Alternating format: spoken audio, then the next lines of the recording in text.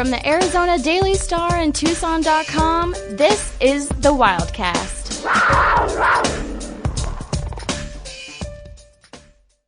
Welcome to another episode of the Wildcast. I'm Justin Spears alongside Micah Lev and sports editor of the Star, Brett Farah. Going to be talking all things Arizona versus Oregon State. We had some interesting news drop in the middle of the week before we get into a breakdown of Arizona-Oregon State. There was a story released by Sports Illustrated that talked about the connections between Arizona head coach Jedd Fisch and Connor Stalions, the now suspended Michigan analyst who's at the center of a sign-stealing scandal.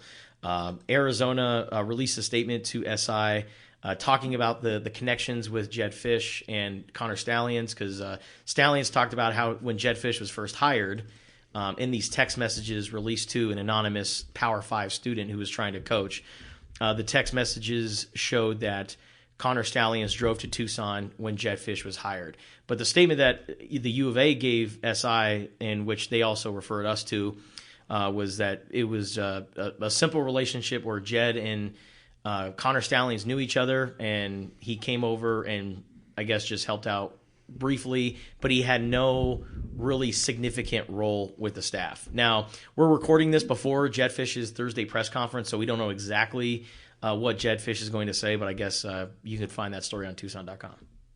Yeah, I mean, the SI story wasn't about that. He was mentioned like it was 17 paragraphs in, you know? And it's not that surprising because Jedd Fisch was at Michigan just a few years ago, you know? So there was some overlap there. My interpretation of this situation is the following. When Jedd Fisch first started out in the business, he had to kind of talk his way into a job. You know, like he would put all those notes on Steve Spurrier's windshield. He's just trying to get his foot in the door, you know, and he finally did. So, some guys like Steve Spurrier and Buddy Tevens gave him a shot, and here we are 20 or so odd years later, and he's the head coach of a college football program. I think this guy, Connor Stalions, kind of wanted to do the same thing. I think Jedd maybe saw himself a little bit in this young go-getter who you wanted to help out, and probably gave him some things to do. Yeah. You know, I'm highly, highly skeptical that there was anything that you'd call like high-level involvement. You know, I'm sure it was more along the lines of menial tasks, the type of things that you'd have an intern do. Yeah. Connor Stalions was never listed in the directory. No. At any point at Arizona. I believe, correct me if I'm wrong here, I believe he started working for Michigan in an official capacity in 2022. Yeah. So that was Jedd's second season here at Arizona. If there was any significant involvement with the Wildcats program, it would have been in 2021. And whatever, and if he was doing much of anything, it didn't help much because they were 1-11 that year, and then the one game that they did win, they barely won. So anyway, that's my take on that relationship, and we'll see what Jedd has to say about it. Well, and Connor Stalions was also a volunteer assistant coach when Don Brown, former Arizona defensive coordinator, was on Michigan's staff. So he has another connection there. He knows Don Brown in that time when he was a defensive coordinator here. So I think basically what it comes down to is this guy is a former Marines officer who has been stationed in Camp Pendleton in California. He was around Jedd Fisch when Jedd was working for the Rams, and they've had a relationship. And like you said, Lev, I think that Jedd maybe saw this young guy in his 20s not really attached to football in any way. This guy was in the military, and I think wanted to really help this guy out and gave him whatever opportunity he could or allow him to be a part of a high-level environment to get his foot in the door. So we'll figure out what Jedd Fisch has to say about that. I think there's a bigger piece of this that has little to do with Connor Stalions, and that's the fact that this has been news for a week. And I know there's lawyers floating around, and I know there's damage control and everything, but I'm sorry, at some point, and if they listen to this and they don't like me for saying it, that's the breaks. But at some point, Jedd Fisch and people in the Arizona program know he has somewhat, even a minuscule relationship with this guy who is the talk of college football, to the point they're talking about the theoretical number one team. Some people are suggesting they should stop their season right now. People are saying they should be preemptively banned from playing in the playoff. Like, this is not a little thing, even if it's a little thing here. And at some point, knowing that information, Jedd Fisch is an amazing communicator, an absolutely amazing communicator. And he could have gotten up 4 days ago, 2 days ago, a week ago, during the bye week, when all this started breaking, and said, hey, I want to put something out there. And I know it's going to be news, but that's okay. It's the right thing to do. I want to tell you that I know this person. You know, I coached at Michigan, and I know this person from this, this, and this is the extent of the relationship I have with him. I'll answer any questions you have, but that's what I got. And get out in front of it, because it's like they were sitting waiting for someone to pop on this. And I don't know who they is, but they is folks surrounding Fisch in the program. And I think that's a mistake at some point. Yeah. I think it's constant in college football. It's not unique to Arizona and Fisch, but it just, at some point, he could have had a much clearer path to moving on from this the day prior to a big football game. Yeah. Because it's not like they didn't know this was coming. It's just a matter of when. Why sit on it? Yeah. If it's nothing. Well, I think Fisch was also under the impression that someone wasn't going to come out and reveal text messages between Connor Stalions and this guy, because that's how they found out the connection. Sure. Was Connor Stalions was talking about, oh yeah, I used to go to Tucson all the time, and when Jedd Fisch first got hired there. But at some point, if you're in a high-level position like any of these people, Jim Harbaugh, Jedd Fisch, any of these folks, you have to be ready for it. And maybe that's why they're not talking. So I want to be fair to the other side. Yeah. There's probably significant legal advice telling them, you don't say anything until it needs to be said. And I get that. Yeah. I have to respect that it's probably not being ignored. It's being dealt with in their own way. But you don't get into these positions not knowing that the possibility of past relationships are going to come up, whether it's the way you're talking about via a text message from a third party saying it or what. The truth of the matter, which we've received more or less confirmation from the U of A athletic department, is that there was a relationship. To what degree that relationship existed, that's what we're going to continue to learn, especially in Thursday's press conference with Jedd Fisch and other things. And it sounds like from what they're saying, it was minimal. Okay, I'll accept that at the premise. But at some point, they had to know that someone, somewhere, some point was going to jump on this. And I don't want to dive too deep into past things, but there was another case earlier this year where it was the same scenario. There was a situation with a key player on the team where things about that person's past were known, and they sat on it. And I understand why. I'm not saying they should just open up the books and say everything, but they can't act surprised when people start asking questions. Yeah. That's my issue, I guess, is more than even them talking in advance. There's a surprise factor that gets thrown at anyone in the media for, why are you asking questions about this? Well, come on. Why do you think? You know, and I'm not putting that on Fisch. I'm not putting that on anyone in particular. I'm being vague on purpose because I think it's a permeated culture in college athletics and even professional sports that I can't believe you'd ask that when they've probably known it's coming for 7 days. Yeah. Yeah. In retrospect, I mean, maybe we could have connected the dots heading into Monday, just knowing with the Michigan factor. Yeah, just knowing that Jedd was at Michigan, but I didn't realize like how long this guy had a connection to the Michigan program. You know, I thought it was only recently. There's also been, by the way, a lot of talk about how Ohio State, you know, dominated Michigan for years and years and years, and then all of a sudden, the last 2 years, that thing has flipped. And what changed? Did Connor Stalions miss the TCU game?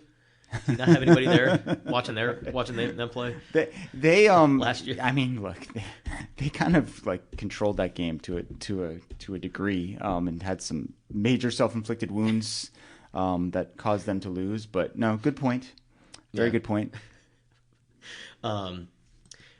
Yeah, this is a whole unique situation in college athletics right now. We'll get to the bottom of it with Jedd Fisch during his Thursday press conference. But guys, looking ahead to Saturday's matchup between Arizona and number 11 Oregon State, we'll have a full Pac-12 breakdown with our Pac-12 pick'ems coming up here in just a little bit. But the bye week is over with, and Arizona feeling good about themselves with a 4-3 record with the 3 losses by a combined of 16 points.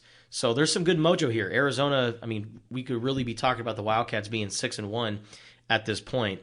But the one thing that I'm really excited about, guys, is that as an offensive line snob, this is going to be the most like trenchy game of the season between Arizona's defensive line, which has done a really good job stopping the run this season, and the linebackers too. Arizona now has one of the top rushing defenses in the Pac-12. They're top 30 in the country. So the Wildcats have really done a miraculous job of turning around their rushing defense. And you look at Oregon State, they run the ball more than they pass. That is their bread and butter. They love to run the ball behind their great offensive line that has a couple of all Pac-12 guys, and then Damian Martinez, their great running back. So as a trench guy, I look at this game and I'm rubbing my hands menacingly because I can't wait to watch this game.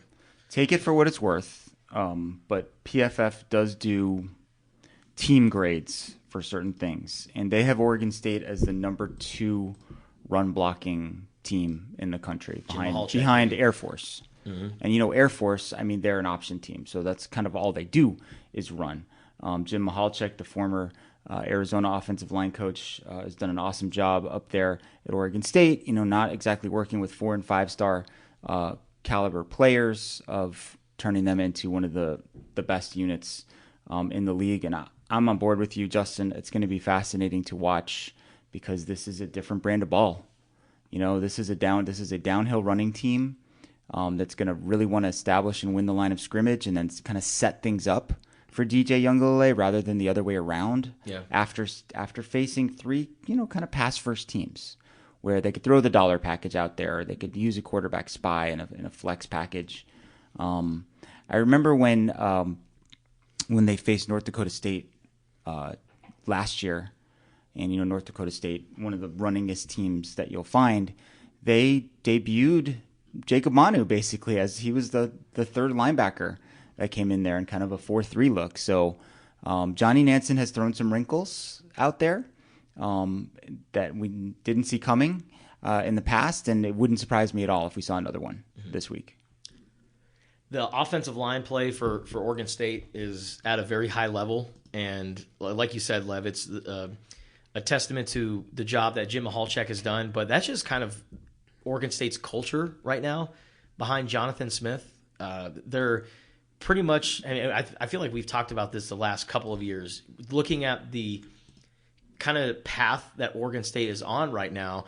They're not nearly to that level, but they're very much like a Utah, where they don't have the highly touted recruits coming in. They bring them in, they develop, and it's not the best or the most appealing brand of football, but it's a brand of football that works for them. And I think it's a big credit to Jonathan Smith. I'm honestly, I think I've asked you about this, Lev, on radio. With Oregon State's kind of murky future with, conference realignment and all that, wouldn't a team love to have Jonathan Smith as their head coach? Of course. Now, the one question you have, look, good football coaches are good football coaches, and it shouldn't really matter where you are, but he's such a good fit up there. He's really like Mr. Oregon State in every single way. He knows how that place works, and he knows how to win there. Would that translate to a higher profile job where you're in the spotlight all the time and maybe the expectations are different? He was in a spot there at Oregon State, similar to here at Arizona, where you could build it over time. Yeah. A lot of programs, a lot of fan bases, they don't have that kind of patience. Let's just okay. Michigan State. Michigan State. Okay, let's just say Michigan State as a great example. Great call. Would the fan base of Michigan State be okay with Jonathan Smith rebuilding that program over 4 years? Let's say. Where they bottom out and then they go 3-9, and then they go 5-7, and then 7-5, and then 9-3. Like that, is that cool? Like, does that work, or are they going to run out of patience after year 2 and be like, no, this isn't it? Yeah, we got to move on to somebody else. So sometimes the grass isn't greener. Yeah, even if there's literally more green dollars coming your way, it doesn't always work out that way. Looking ahead to the offense real quick. Micah Wiley is expected to come back, maybe. We'll see. I would probably lean it more towards he's coming back than not. And then the quarterback situation, we're going to see Noah Fafita. Now, Jed Fish he's a great poker player. He's not revealing his hand, but I feel like we all know that Noah Fafita is going to start at quarterback, right? Again, we've talked about this a lot over the last couple of weeks. I just don't see how you can bench him. Like, how can you make that change when the guy's played that well? Yeah. And coupled with the fact that Jayden DeLaura wasn't playing that well when he got hurt. Like, he was struggling in that Stanford game. The offense stalled. Do we know, did taking that knee blow DeLaura's chance at a red shirt officially? It did. We know that for sure? Well, that's his 5th game. I mean, look, maybe well, there's I'm only a way saying you can that work because that would be the other key component of not having him in the mix, is knowing that, look, he, all things aside, he is someone that the program likes, that Fish likes, and wants to do well by, whether it's here or elsewhere. So I don't know. I wondered on that. We saw it that night at Washington State, and afterward it kind of came up a couple days later. But I mean, I could see taking that into account. I could see Fish doing something. I don't think it'll happen, but I could see Fish doing something wonky where he sends DeLaura out to start and runs him for a couple of plays, and then next thing you know, Fafita's in for the next 70.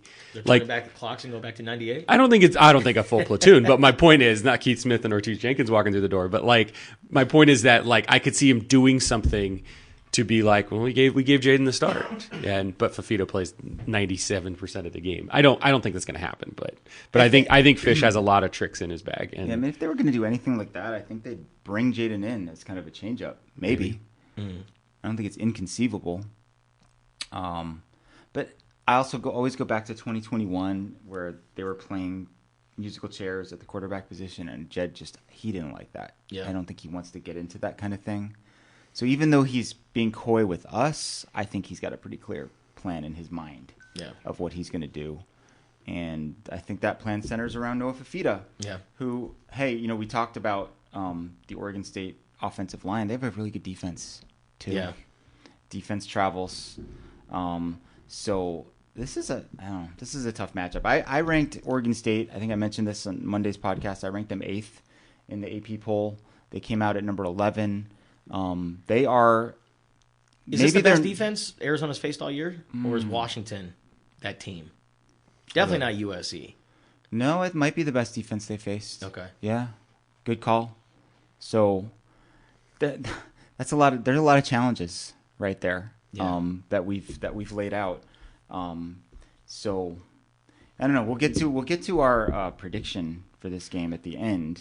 Well, and it's kind of cool, like I mentioned at the start of the podcast, like this is different than the previous 3 teams that they faced, and it's kind of the start of a new wave of opponents that they're going to face, right? Because UCLA next week, look at what do they do best? I mean, they have a really good defense team, and run the ball. And they run the ball.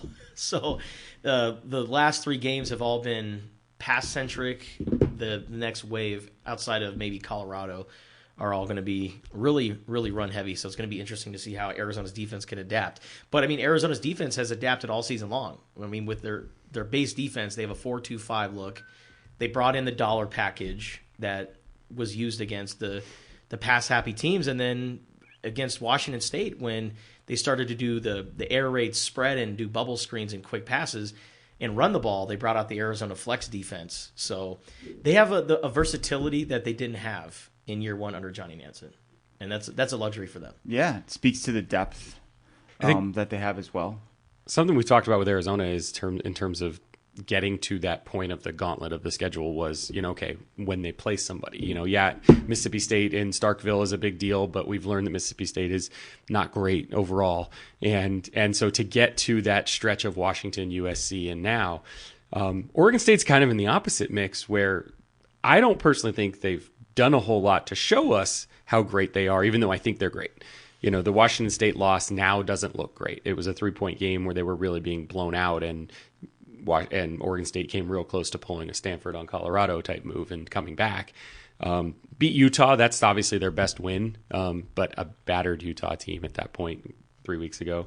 And then Cal dropped 40 on them, beat them 52-40, and then UCLA last week. What's fascinating to me about Oregon State is, let's say they get through this game, they've got Colorado next, then Stanford. So, I mean, you're talking about, 8-1 at that point? 9-1 at that point? Then they get Washington and Oregon, and if they can do anything there, the Pac-12 championship to close out the year. That is a heck of a deep stretch late in the season to have to deal with. So I'm curious to see who they actually are, and I think Arizona, because of what the Wildcats have done the last 3 games, is going to actually be probably their most interesting test too for Oregon State, even though they had a good UCLA team and obviously a really good Utah team. Yeah, so you could make an argument that Arizona has already gone through the gauntlet. Yeah, it's coming down the other side a little bit. The gauntlet is still going. Well, it's still going, but they're finally kind of hitting the crescendo, and it's downhill, but it hasn't hit the valley yet, which will be theoretically the last couple of weeks. Yeah, I don't know when that is. Maybe the ASU's playing well, too. I mean, a lot better than they were before. No gimmies on the schedule the remainder of the way, for sure. You want to get into the Pac-12 picks? Let's do it. Okay. So what's interesting about this particular week is that there are 6 games, and in 5 of those games, the road team is the favorite. Okay? The only game in which that is not the case is Colorado at UCLA. But the first game that we will start with is the premier game of the day, the game day game. Oregon, ranked 8th in the country, at Utah, ranked 13th in the country. They are both 6-1. This is kind of an elimination game in a way. And I got to say, guys, I was surprised when I saw this point spread. Oregon is favored by 6.5 on the road at Salt Lake City. If you recall, the last time they went up there a couple years ago, they got absolutely smacked. And then they played again in the Pac-12 championship game, and Oregon got absolutely smacked. I feel like we keep disrespecting Utah, and they keep proving us wrong. A couple of us picked Utah to cover the spread last week. Brett did not. We all went 2-2 against the spread, by the way, even though we had different picks. I felt like it was kind of free points last week, getting 7. So I feel like it's free points again. I think Oregon is a better team, roster-wise. Yeah. But, man, tough place to play. Great coaching staff. I'm definitely taking Utah to cover the 6.5. Oh, man. I'm going to take Utah to win also. Okay. Utes pull it off. They upset the apple cart here. One other factor is Oregon has only 1 turnover the whole season, and that's really fluky. They're bound to make some mistakes. It's hard to sustain that kind of thing. So I'm going to take the Utes at home. Win and cover. I'm taking the Utes as well to win this game because you bring up the home field factor. Yeah. Since 2018, I believe they've only lost 2 games there. I believe they've won 18 games in a row at Rice-Eccles Stadium. They don't lose there in Salt Lake City, whether it's Cam Rising, who I believe is shut down for the season, if I'm not mistaken. Yeah, he is, yep. And then Bryson Barnes, now their pig farming quarterback. It doesn't matter who's playing quarterback. The Utes just find a way to win, especially at home. So I'm going to go with Utah to win. I'm only doing this to just buck the trend. I'll take Oregon and cover, but that's because I think it's going to be a tight game. It's going to be within 7 to 10 points, and But I just want to go against you guys for the sake of our picks. But I think both of you make really sound points about Utah, especially the fact that they kind of get they get knocked down and they get right back up. I mean, there's not something that's getting in their way, and yeah. Well, there's a golden opportunity for them to take down a high-level Pac-12 team and really get into the top 10 and start breathing down Washington's neck.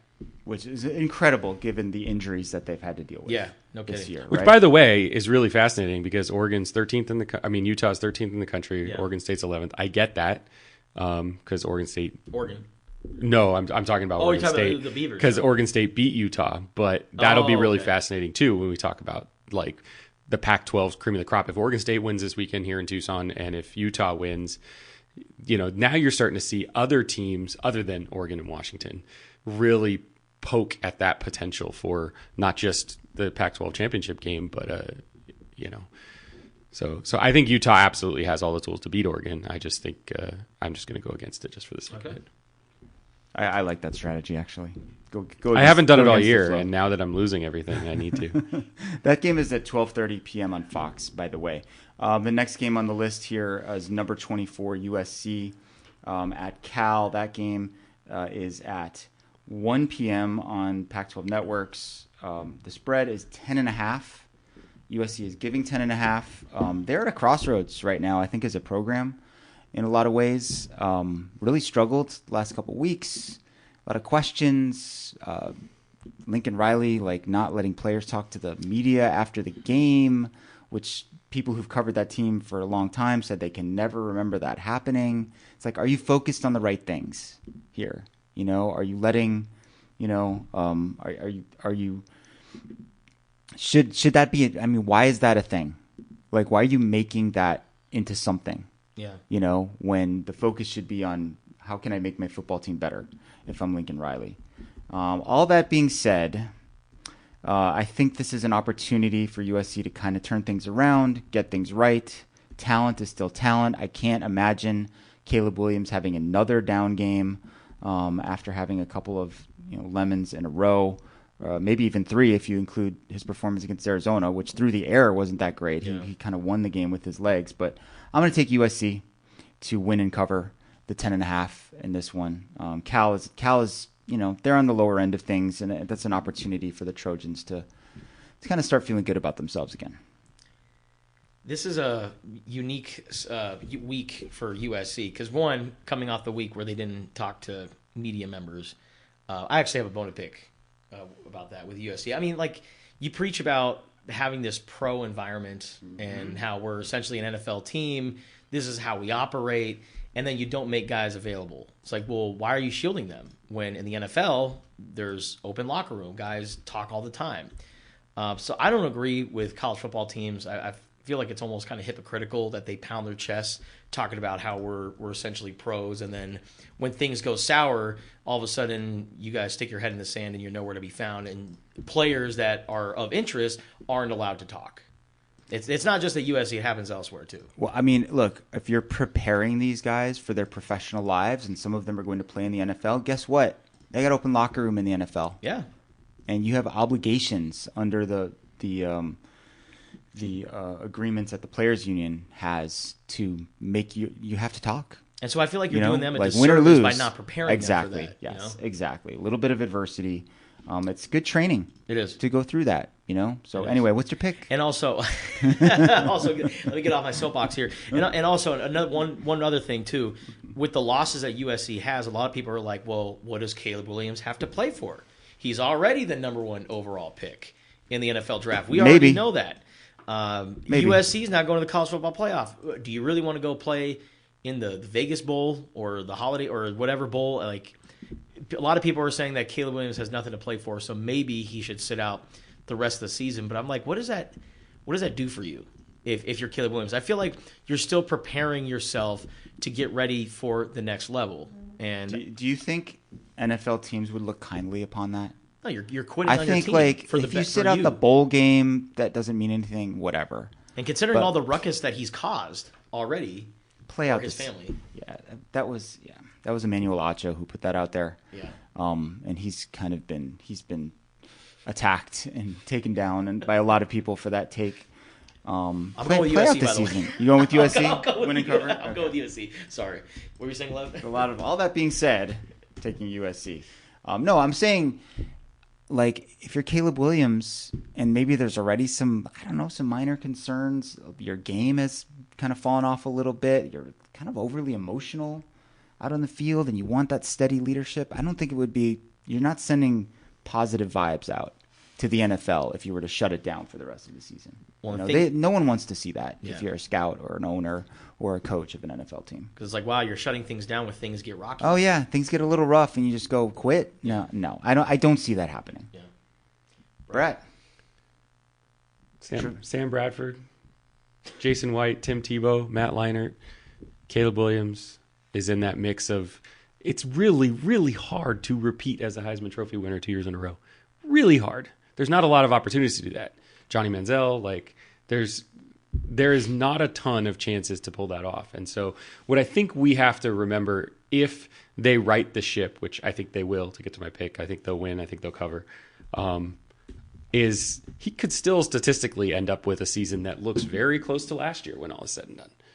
It might be a little bit like other certain areas that are off, but they weren't a playoff team last year, and he won the Heisman. So it's just a matter of when they lose, when the attention is on them, how that's happening, all that kind of stuff. And I'm not defending any of the actions. I think it's not a good look by the team. I think Williams' sort of disposition that's been visible has been tough to swallow, but I also think we have to remember that it's been virtually impossible, not virtually, literally impossible for a quarterback to repeat as a Heisman Trophy winner. It has never happened. Only one player has repeated. Archie Griffin. And not a quarterback. Wow. And so it's that to me says USC has as awful as this sounds, not awful, as weird as it sounds, they actually have plenty of time to fix this. And this is a perfect game for them to fix this. Cal's been playing better. Cal is kind of in a weird, like, Arizona light trajectory, sort of, in terms of growth this season. They're not as good and ready to get to 6 wins as Arizona is, but they've kind of made some similar steps. But I think SC is ripe to just lay one on someone, and because we know they have the talent to do it. Yeah, I mean, it's why they but it's why they pulled out the win in LA against Arizona. It's why they are even at the point they're at. But I think that SC is going to come out to play this weekend. They're due. Okay, number 5, Washington is at Stanford. This game is at 4 p.m. on FS1. Washington coming off one of the weirdest games of the season so far. I mean, they barely survived at home against Arizona State, winning 15-7. A game in which they didn't score an offensive touchdown. This is Washington we're talking about here, right? Gained less than 300 yards as a team. Needed to get a break from the officials to set up, the game-changing pick 6 that worked in their favor. That game, to me, just shows that it's really hard to win every week. It's really hard to get up every week. I mean, that was a letdown situation for them in every shape and form. Even having the home field, it wasn't a boost, enough of a boost for them to kind of right the ship and pull away. All that being said, I'm going to take Washington on the road. I'm going to lay the entire 26.5. I do not trust Stanford, especially after last week. Like, I think Stanford's true colors are the first half against Colorado and that entire game against UCLA. They stink. Yeah. Okay. I don't know what happened in the second half of that Colorado game. It doesn't make any sense. But I think we all took Stanford plus 17 last week, and it was never a contest. Yeah. I'm not making that same mistake again. I'm going to take Washington. They'll get things right and figure things out, and they'll look like Washington again. I wish I could think of a quote tweet, but I'm just going to retweet. Ditto what Lev said. Washington. I just think 27 and 17 are two totally different numbers. I agree with the logic behind all that, but I'm going to take Washington to win, Stanford to cover. It's not going to be close. It's going to be in the 20s, but I mean, it's a lot of points. I mean, it's a lot of points. For a 42-17 game is still inside the spread. I mean, so I think it's Washington to dominate, Stanford to barely cover. I just don't trust that team at Yeah. all. God, last week we all thought, all of us had, I think that might have been the only game that we all had the same exact pick, and it was over like in the first quarter. It felt like. Anyway, moving on. This is the one game where the home team is favored, and that's number 23 UCLA hosting Colorado. The spread is 17.5. Games at the Rose Bowl. It's on ABC. At 4:30 because, Dion draws numbers, so we're going to put that one on the biggest platform possible. Colorado's coming off a bye week. The last time we saw them play was that game against Stanford. And Deion Sanders was not happy about that game at all. I'm sure that he had a long to-do list over the course of that bye week. I think that that a lot of soul-searching, a lot of going back to basics, all of those things probably happened up there in Boulder this past week. They got healthier, I'm sure. I mean, Travis Hunter was just coming back for his first game. He'll be in much better shape. So I think Colorado can cover this 17.5, but I'm going to take UCLA to win the game. I think it's going to be really close, one-score game. Bruins survive. I'm going to retweet Lev again. You going to retweet Lev? Yeah. I love it. You sitting there thinking of like, you know what? I could quote tweet this. I'm going to retweet Lev. Yes. He said everything. UCLA to win, Colorado to cover? I'm going to go with UCLA to win and also Colorado to cover. How many points was it again? 17.5. Yeah, 17.5. That just seems way too much. And I think I mean, I know what it's based on. It's based on the line of scrimmage, right? Yeah. I mean, UCLA has got a great defensive front. Yeah. Best pass rusher maybe in the country. And Latu. Yeah. And Colorado gives up the most sacks of anybody. So, I mean, that's a concerning mismatch, to be sure. But I don't know. It just feels like too much. Yeah. To me. Get the ball out of Shedor's hands quickly, like very quickly. And if I think Colorado on the road can make some plays out in the space, I'm going to go with Colorado to keep it competitive. I'm going to go with UCLA. I'll also add too, like UCLA just never has a great home field advantage. I was going to say that game. Brett has talked about this. Brett has talked about this many times. The worst regular season venue and the best postseason venue in college football is the same stadium. It's crazy. And I think they said they're taking some of the tarps off because there's going to be more fans there. Well, I don't think those are going to be UCLA fans. I think those are going to be Colorado fans. Yeah. So that negates the By the way, totally not important. We were talking about Oregon State earlier, and I know we'll get to it again with the Arizona pick. But Jonathan Smith, born in Pasadena. Talk about like being born for college football. He's from Pasadena. like what was he supposed to do in life other than be a college football player and coach? Like replace Keith Jackson, right? Who's the granddaddy of them all? Yeah, the broadcaster Keith Jackson. Washington State alum. Mm-hmm. Washington State, perfect Washington segue. State. They're in our next game. They are visiting. Keith Jackson with the Washington State. They're visiting Tempe. The Palouse. Visiting Tempe to face ASU. Cougs played better last week. They did lose at Oregon. They did backdoor cover against Oregon. Not that I noticed. Washington. This game is at 5 p.m. It is on Pac-12 networks. Washington State is favored in this game by 6. I'm gonna take ASU to win. Straight up, they've been playing much better lately. I mean, they've been close every single week. It feels like if you're going to get one on this schedule, this is the one to get. Washington teams sometimes struggle down here in the desert. I mean, we've kind of passed the hot weather portion of the program, but still, I think it's a year zero for the Sun Devils, but I feel like they're kind of trending up a little bit, and those close calls at some points turn in your favor. So I'm going to take ASU to win this game outright. Justin, you are smirking and shaking your head. Yeah, going with the Cougars. Cougars to win and cover. Washington State, this is the ultimate get-right game for them after losing the last couple of weeks and kind of getting manhandled. Slaughtered by Arizona at home and getting just absolutely embarrassed. That wasn't the offense that we saw at the start of the season. And then, playing Oregon, that's just such a tough opponent. I think after doing maybe a little bit of soul searching, Jake Dickert is a hard-nosed coach. I think he's going to have these guys very much prepared for this game. And so, yeah, I like the Cougars to win. And I like Nakia Watson, the running back, to have a big game. I think it's Washington State. I think they're just a better team. And I think the sad part for ASU, as good and gritty as they played in Seattle, is that's hard to do 2 weeks in a row. And as bad as Washington State has looked of late, especially, with Tucson, with Arizona in town 2 weeks ago, I think that offense is much better than we give it credit for. So I think it's going to be a perfect storm that ASU is going to suffer through. But I tell you what, we're getting to the point in a couple of weeks where we're going to be talking about Arizona and ASU. Arizona, and I don't mean to segue this. So let me go Washington State to win and cover. And I guess to segue this to the Oregon State-Arizona game here. Have we all talked about the ASU-Washington State game? Yes. Yeah. Arizona needs to win a game like this. I know that's unfair after 2 weeks ago they did the same thing at Pullman, but ASU is going to be hard to beat, even though Arizona's a much better team. Colorado is going to be hard to beat. UCLA is going to be hard to beat, and Utah is going to be hard to beat. This is a prime opportunity for Arizona to be an inch away from bowl eligibility. Yeah. Against Oregon State. So that's the segue from the ASU game is that ASU is better every week. And by week 12, they're going to be better if they're not completely banged up and playing walk-ons. And by that point, I know it's mathematically they're still in bowl contention, but by that point, that Territorial Cup game is going to be ASU's bowl game.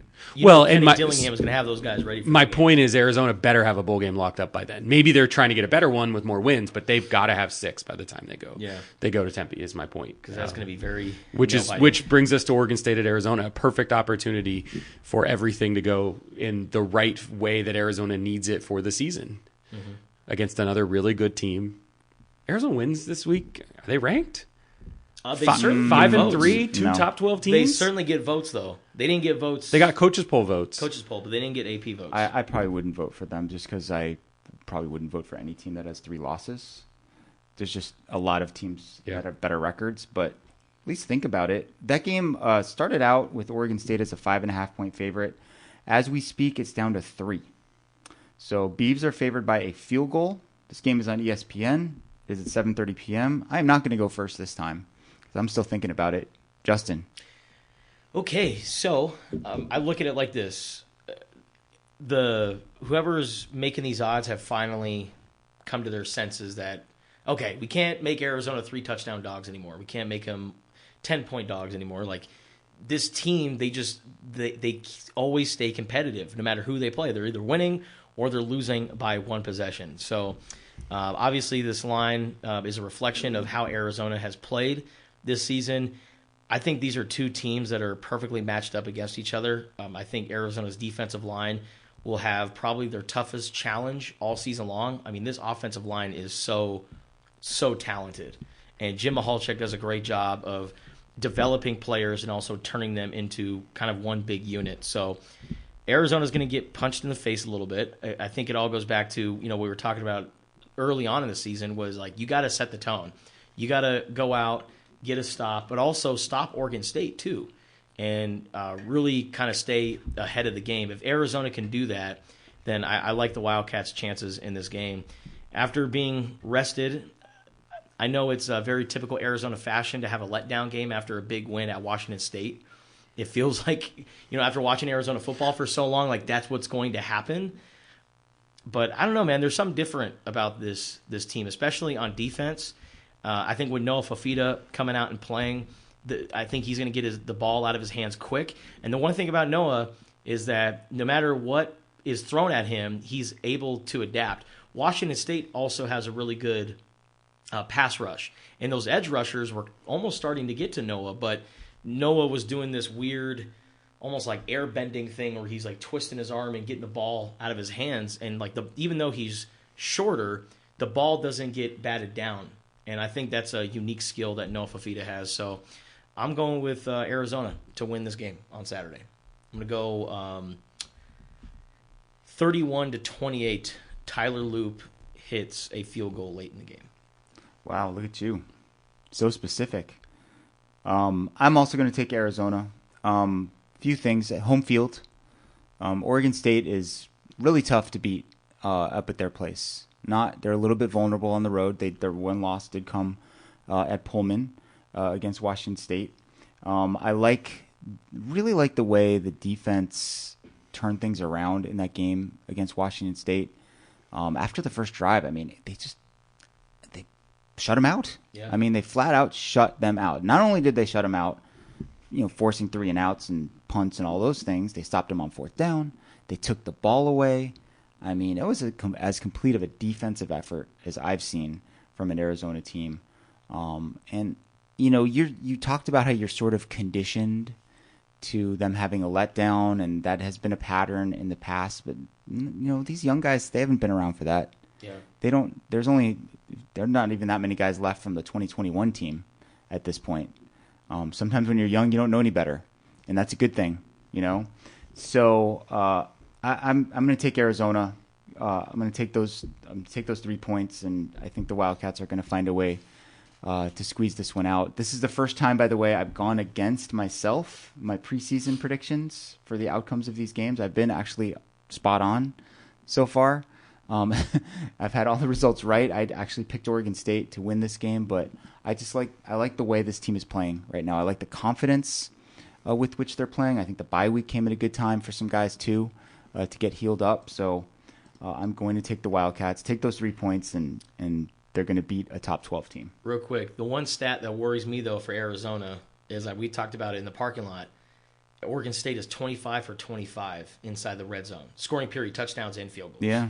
So anytime they get inside the 20, they're scoring. They're perfect. I think, according to PFF, they are the only Power 5 team to be perfect inside the red zone this year, just scoring period. So if Arizona can keep them out of the red zone and also force them into third and mid and long situations and have DJU beat you with his arm, if you can get into those situations, I think Arizona is in a pretty good position to win.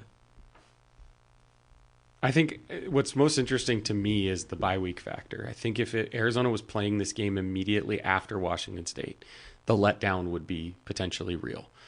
They weren't banged up for that to that great of a degree that I remember against Washington State, but nevertheless, like, they put a lot out there. They put a lot out on the field to blow a game like that open, especially coming off of the UCLA game and things like that. So I would be worried if I was hell-bent on Arizona winning this. I would be worried if, to the point of the letdown, if it was immediately after that game. But the bye week, I think, resets it to the point you guys are making, and I think basically makes the letdown component a non-factor.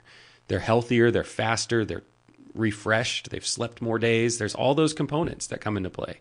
I think what you guys are saying is right on. That there has to be a slowdown early of Oregon State. They can't afford to do what we've talked about earlier in the year, which is play from behind, let things happen like what happened at Mississippi State and things like that. So to me, it's a toss-up. I mean, I think I'm going to go with Arizona just because I think they need it. It's not because I want them to win. It's because I think that they have I think they have as much of a will to win as Oregon State might, even though Oregon State's still in a playoff contention in theory. But I'm going to go Arizona to win barely and set themselves up for bowl eligibility next week. But is this the first time we've all picked Arizona to win a game? I don't think I picked Arizona since UTEP. Yeah, I mean, since those early season games, it's probably the case. I actually could look this up. NAU. I have a spreadsheet here. You know why the Washington State game impressed me while I was looking that up?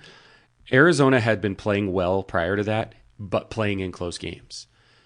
Even Stanford, they didn't play bad. They were gritty and they pulled it out. Against UTEP and NAU, they weren't great, but they did what they needed to do. Against Mississippi State, they fought back in.